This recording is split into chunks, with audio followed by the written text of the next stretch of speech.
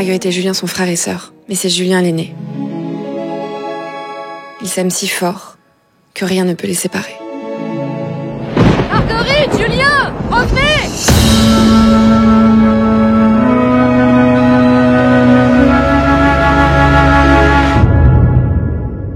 Et après, qu'est-ce qui s'est passé? Juliette m'a dit que Joséphine les avait vus au marché. C'est pas vrai. Si, je te jure. Elle les a même vus s'embrasser.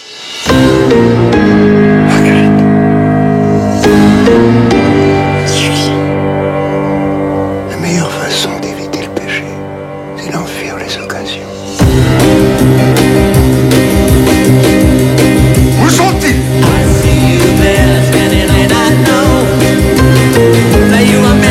Ils sont perdus. À ta place, je serais plus méfiante. Vous perdez votre temps. Vous essayez de contrôler quelque chose qui vous dépasse. Qui nous dépasse tous. Ce serait une catastrophe si la chose est connue. Nous avons joué, c'est tout. Il faut les séparer. Ils ont mis tout en œuvre pour nous séparer, mais rien n'y fera. On ne peut pas séparer le sang des veines, la sève de l'arbre, ni le sel de la mer.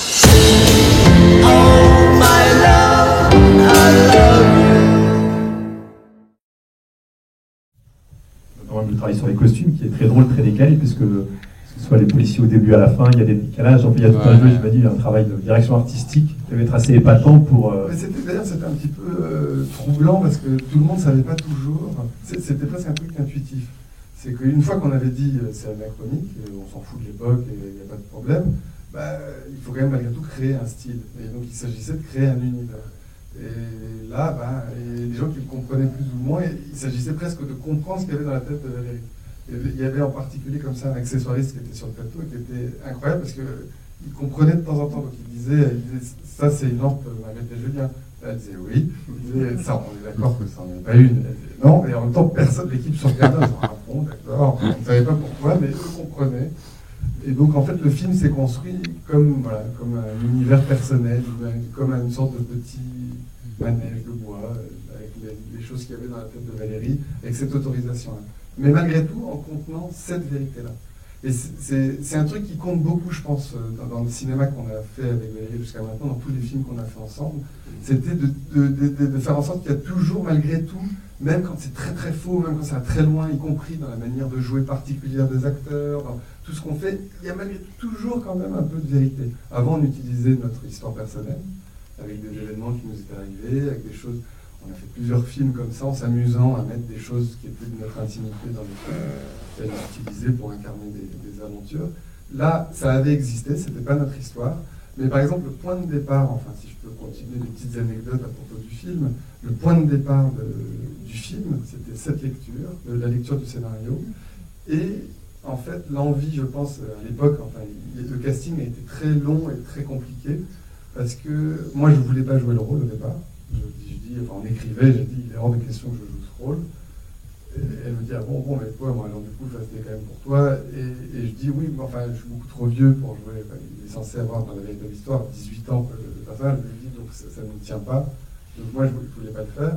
Et elle disait, oui, mais s'ils sont trop jeunes, ça va être des gens un peu trop innocents. On va avoir le sentiment que c'est pas par choix qu'ils vivent l'aventure qu'ils sont en train de vivre.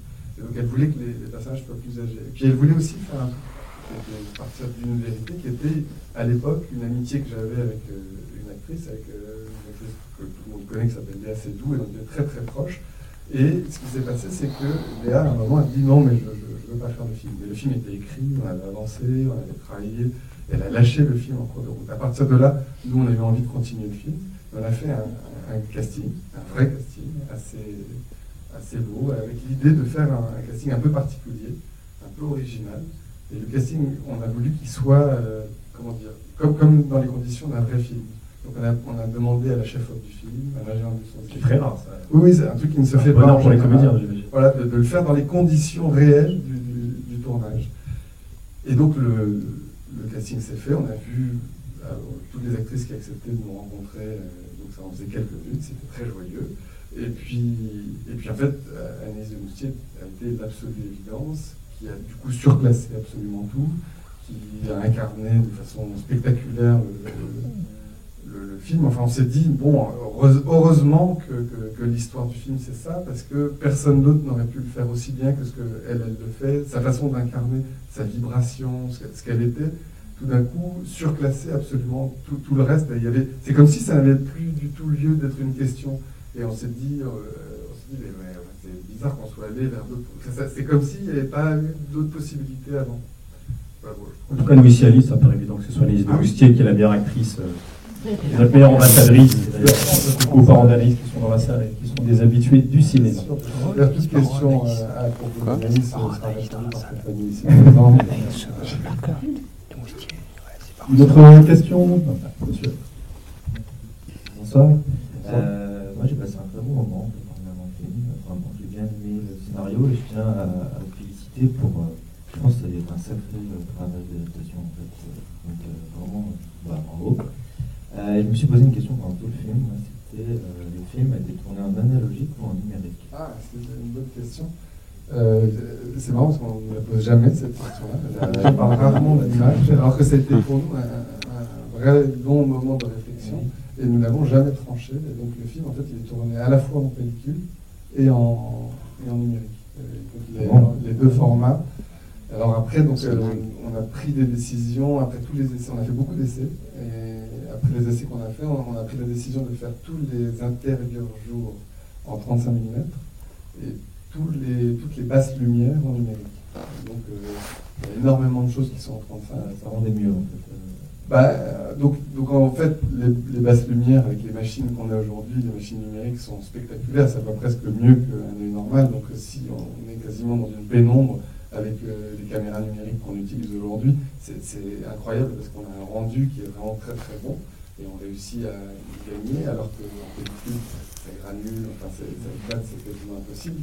En revanche, la magie que produit la pellicule est quand même, quoi qu'on dise, malgré tout quand on fait les essais, qu'on met vraiment les images côte à côte, on n'est toujours pas au niveau, c'est-à-dire qu'il y a toujours entre les profondeurs de champ, la peau, et je pense que un des trucs qui a inspiré ça, c'est Anaïs de Moustier, je le dis pas parce que ça n'est pas, c'est que quand on a vu la clarté de sa peau, enfin, cette espèce de profondeur qu'elle avait, son regard, ça a tranché, on s'est dit, filmer cette jeune femme en numérique, c'est dommage. C'est-à-dire que ce qui va se passer si on la filme en pellicule, ça va être incroyable. Et honnêtement, enfin, quand on s'est retrouvé à l'étalonnage du film et qu'on l'avait filmé en 35 sur certains plans, on était hallucinés.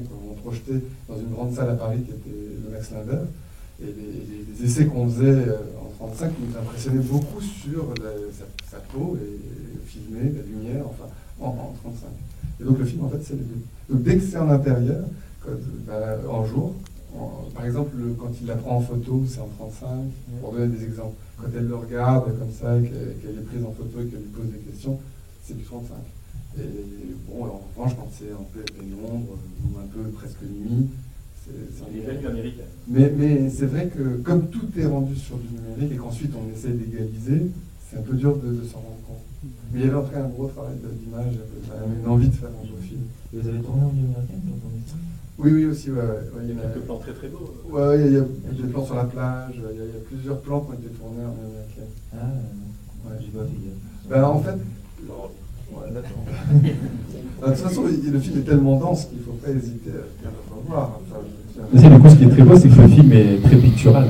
Oui. C'est un vrai plaisir parce que c'est vrai que dans le cinéma français, c'est assez fort de faire des films avec cette picturalité qui sort d'une image très numérique, très lissée. Et c'est ce qui est très beau dans le film, ça, avec l'idée du lyrique, du romanesque, on a l'impression d'avoir des fois des tableaux. Ouais. Alors j'ai peut-être une petite question, il y a peut-être quelque chose qui a décontenancé les spectateurs, qui me prévient l'idée de cinéma, c'est ces plans figés, pétrifiés, ces espèces d'arrêts sur image qui ne sont pas des photogrammes, mais quelle est cette idée? Parce que c'est des moments particuliers, c'est pas anodin qu'à ce moment-là le choix de mise en scène se fasse. Est-ce que vous pouvez nous parler de ce geste très fort de mise en scène? En fait, c'est venu progressivement. Ça s'est joué. Un des trucs qu'on se dit toujours avec Valérie, c'est qu'il faut tourner les films contre les scénarios et les monter contre les tournages. Ce que ça sous-entend, c'est que l'idée, c'est qu'il faut tout le temps essayer de réinventer. Il n'y a rien Nicolas Ray disait ça. Comment? Nicolas Ray disait ça. Voilà, c'est pas ça. C'est une très belle phrase. C'est pas de nous. Hein. Oui, effectivement, ça fait plagiat, pardon. Mais en tout cas, c'est sûr qu'on se disait qu'il faut un mise en scène. Donc c'est venu pendant le tournage. En fait, c'est pas un truc qu'on s'est dit en découpant le film. Et au début, ce qu'on se disait, qu'on aimait, c'était on voulait presque faire des photos de la famille, et qu'elle soit... L'idée, je pense que c'était de fixer, c'était encore une fois de jouer avec le faux et le vrai, et donc juste de dire, on est dans un conte, enfin, on n'est pas dans du vrai, on va jouer avec des choses qui sont vraies, mais je vous assure que c'est faux. C'est comme si on disait sans arrêt, ce qui est étrange, hein, puisque le travail du cinéma, c'est en permanence de dire au spectateur, croyez à ce que je suis en train de faire. Et le film, là, beaucoup, il dit, ne croyez pas, c'est vraiment faux, c'est vraiment faux. Je pense qu'il y avait un désir un peu de cet ordre-là. On se disait, ce serait beau, il y a 3 actes, il y en a 3 précisément. Alors, après, moi, je me disais, mais t'as pas peur que ce soit un peu biblique, ça donne presque l'impression d'un moment comme ça de tableau, de la Bible qui se... Et voilà, il y avait l'idée de quelque chose de très ludique, enfin, qu'on trouvait ludique dans des points précis du scénario, que les personnages soient figés et qu'on dise, bon, allons-y, alors. C'est comme si c'était un petit théâtre de marionnettes. Messieurs, dames.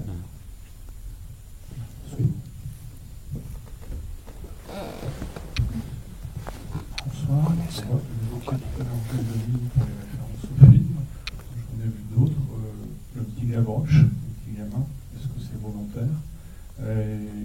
La scène où la jeune femme se sauve des dunes m'a beaucoup rappelé la fuite de Charlotte Gainsbourg dans La Petite Voleuse. Vous en aurez d'autres. Sûrement. Cela, nous, on ne se l'est pas dit, mais probablement, moi je pense toujours qu'on est un peu dépassé par notre imaginaire et qu'il y a des choses qu'on a mises, que notre inconscient a écrit. Dans des références très précises dans le film, de choses qu'on a voulu nous mettre en ayant conscience que c'était des vraies références et des vrais clins d'œil. Il y a principalement la fin, c'est-à-dire le moment où en fait les amants sont emmenés sur le cheval, l'un contre l'autre, dos à dos. C'est un film de Mizoguchi qui s'appelle Les Amants crucifiés, où en fait ils sont amenés une heure de leur amour, précisément, mais dans le Japon féodal.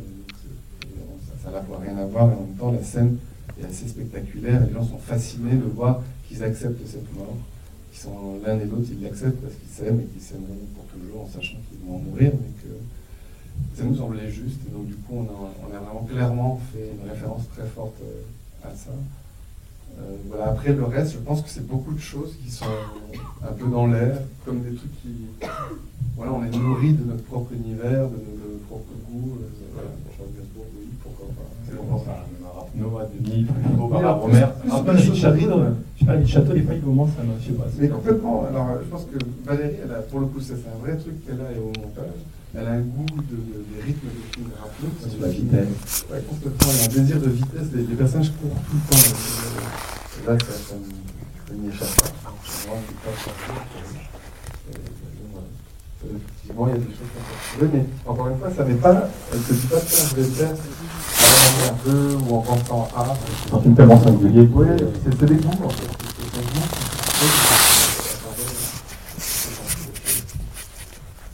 Messieurs, là.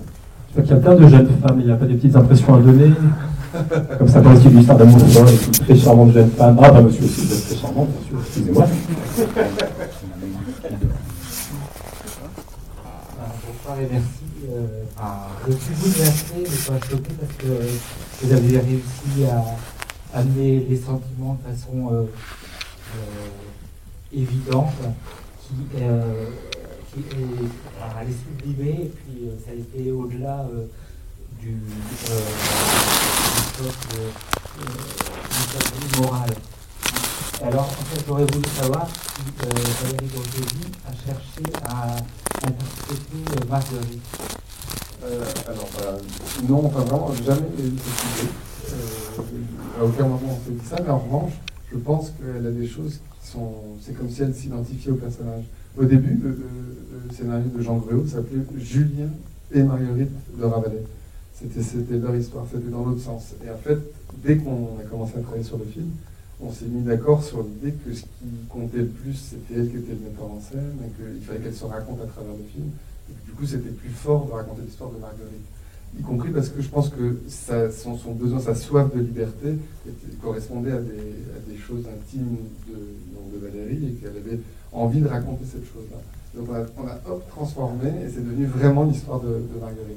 En revanche, jamais il a été question, elle est vraiment, donc je suis moi-même vraiment pas dans l'âge du personnage, et Valérie vraiment disait non là, vraiment, ça n'est pas du tout bon, enfin, ça ne marchait pas, mais ça aurait pu, on aurait pu s'amuser avec ça et aller jusque-là. Puis je pense que en fait, ça lui plaisait de filmer une femme, de rencontrer une actrice, et ça a été une vraie rencontre, je pense. Agnès de Moustier et Valérie Donzelli, elles se sont vraiment rencontrées sur le film. Il y a eu quelque chose de fort. Enfin, quand je parlais des essais tout à l'heure, pour nous, ça a été incroyable. Enfin, on a vu, tout d'un coup, on avait vraiment le sentiment, alors qu'on ne fait jamais d'essais quasiment avec Valérie, on dit oh, bah, tu veux jouer dans le film, bah, viens quasiment à tout le monde. Et puis là, tout d'un coup, on a dit bah, non, on va pas faire ça, on va vraiment rencontrer des gens. Parce que quand on l'avait fait, donc l'actrice nous a fait défaut, et donc on s'est dit on va essayer de rencontrer la bonne actrice pour faire le rôle. Et donc quand on a fait ces fameux essais, mais les essais, vraiment je sais pas si je me suis bien fait comprendre, mais on a vraiment tourné des vrais, comme si c'était des petits films avec chaque actrice. Ensuite on les a montés, on les a projetés sur un écran comme ça, on a tout regardé, il y avait toute l'équipe, il y avait les producteurs, tout le monde, un peu à l'ancienne, comme si on avait fait des essais à la Hollywood ou je sais pas quoi. Et voilà, et c'est Anaïs qui nous a semblé être le personnage le plus. On les met dans le DVD en bonus.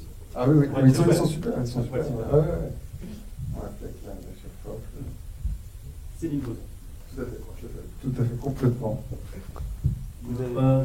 Monsieur juste bien reprendre le micro, je vous donne le micro. Vous avez fait jouer quelle scène?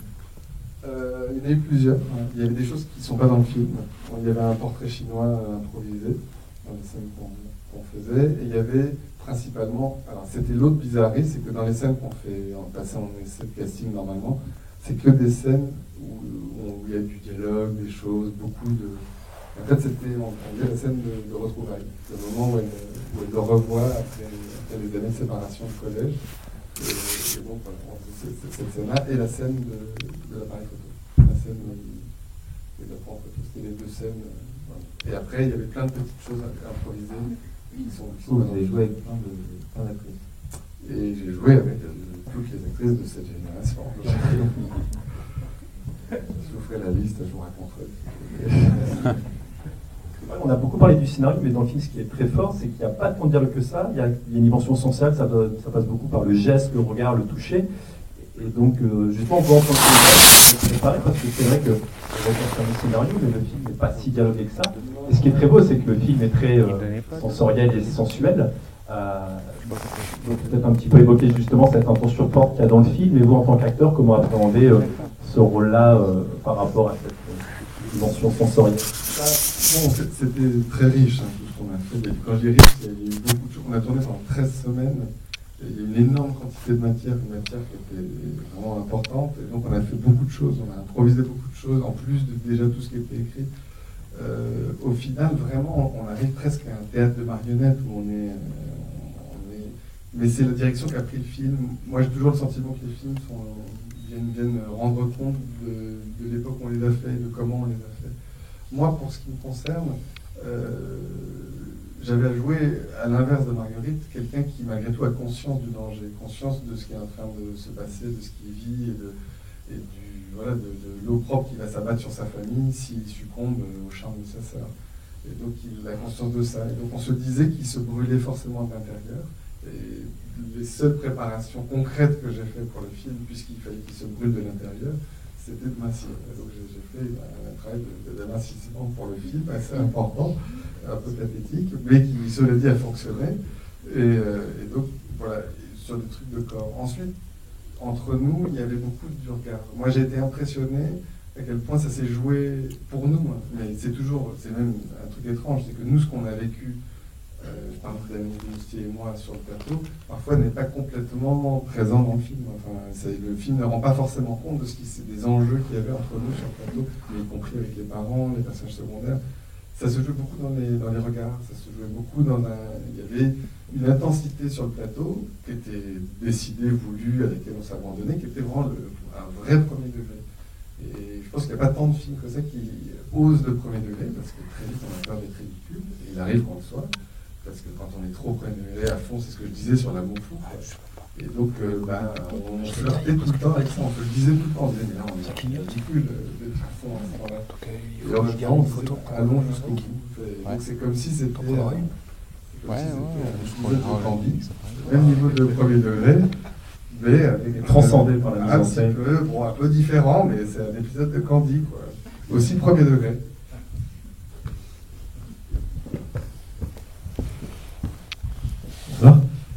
Je voulais savoir du coup justement, parce que vous parlez beaucoup de plaisir et de volonté de décontenancer un petit peu, de changer les codes, et quelle est justement la place du spectateur dans l'écriture, dans la réalisation? Parce que justement vous vous dites des fois, attendez, on va peut-être s'accrocher à la narration, parce que là on va peut-être les perdre. Et voilà. C'est presque un peu mon rôle dont vous parlez, c'est-à-dire que dans le travail qu'on a fait sur les 4 longs métrages qu'on a fait ensemble avec Valérie, c'est ce que je tente tout le temps de faire, c'est d'essayer de lui dire attention, là on va trop loin, on est vraiment tout seul. Et donc puisqu'on est là pour se dire la vérité, qu'on est entre nous, moi le premier montage que j'ai du film, j'étais vraiment atterré en disant mais ça va pas du tout, enfin c'est impossible de le présenter aux gens dans l'état actuel, ça n'allait pas quoi. Il fallait ramener un peu de narration, on avait très très peu de Marguerite et Julien, c'était devenu un objet très étrange. Et je pense qu'il y a un truc chez Valérie qui est très puissant, très fort, mais qui aussi a son versant presque négatif, qui est qu'elle réinvente le film en permanence, mais sans prendre en compte que les gens n'ont pas vu ce qu'elle sait du film. Je m'explique, c'est-à-dire que c'est comme si, en gros, elle sait qu'à ce moment-là, le personnage est méchant, et donc du coup, elle le sait, donc il n'y a pas besoin de le montrer. Or, précisément, les spectateurs ont besoin de le savoir et qu'on leur montre que là, à cet endroit-là, il est méchant. Donc elle a parfois tendance un peu à resserrer tellement les boulons qu'il en reste tellement peu qu'on a du mal à comprendre quelle est l'évolution narrative, quelle est d'un point de vue dramaturgique, on perd presque des éléments qui nous permettraient de suivre les personnages. Et moi, un peu comme un Jiminy Cricket, je me dis, attends, quand même là, moi je suis pour qu'on invente, qu'on se lâche, que ce soit le chaos sur l'écran, mais il nous faut quand même un minimum pour poursuivre. Et à d'autres endroits, au contraire, le film, il est presque lourd, enfin, il appuie sur des éléments narratifs très forts. Bon, c'est cet étrange équilibre. C'est pour ça que je parlais d'elle comme de quelqu'un d'instinctif dans sa façon de créer. Moi, qui est un truc qui me touche beaucoup sur sa singularité, c'est comme un sculpteur qui aurait un bloc de granit ou un morceau de bois et qui va aller chercher à l'intérieur sa sculpture. Elle ne sait pas très bien, elle y va et ça produit quelque chose. L'objet qui peut diviser, il peut emballer ou pas, mais en tout cas, il est là. Il est là et il est singulier, quoi. Mais en tout cas, vous avez raison, il faut faire ça, c'est une question permanente. On en parle tout le temps. Je dis tout le temps, mais là, on ne comprend rien, quoi. Enfin, c'est de la bouillie.